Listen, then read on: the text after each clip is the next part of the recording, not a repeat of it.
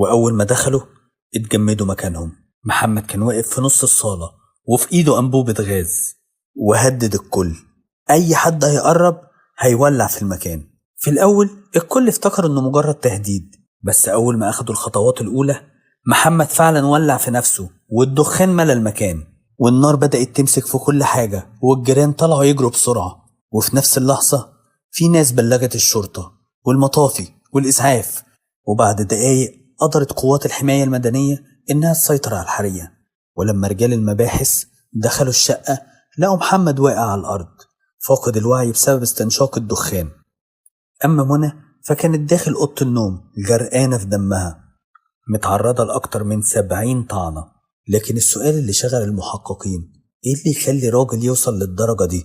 في البداية كانت مجرد استنتاجات بين الناس، لكن أول ما محمد فاق قال جملة خلت القضية تاخد اتجاه مختلف تماما. قال للمحققين أنا ما قتلتهاش من غير سبب، مراتي كانت بتخني. كلام كان خطير، لكن اللي كان أخطر إن محمد ما كانش بيقول مجرد اتهام، هو كان مقتنع إن عنده أدلة.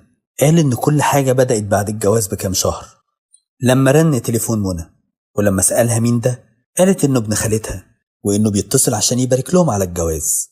بالنسبة لأي حد دي مكالمة عادية، لكن بالنسبة لمحمد دي كانت بداية الشك. ومن اليوم ده قال إن حياته كلها اتغيرت. قال إنه كان بيسمع مكالمات غريبة، قال كمان إن أوقات كان بيرد على موبايلها ويسمع راجل عمال يشتمه وبعدين يقفل السكة في وشه. قال كمان إنه كان ساعات بيسمع حد بيخبط على باب الشقة، ولما بيفتح ما كانش بيلاقي أي حد. ده غير إنه قال كان ساعات بيرجع من الشغل فجأة ويحلف إنه شاف حد بيستخبى في البلكونة.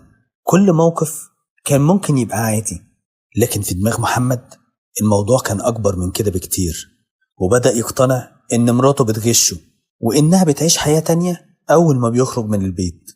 ومع مرور الأيام بقى بيفتش في كل حاجة، لحد ما في يوم لقى رسالة مكتوبة لشخص اسمه محمد، بل وصل بيه الأمر إنه نزل برنامج على موبايله عشان يسجل أي مكالمة أو أي صوت بيحصل جوه البيت. وقال للمحققين إن السجلات دي كانت الدليل القاطع على إن منى كانت بتقابل حد من وراه.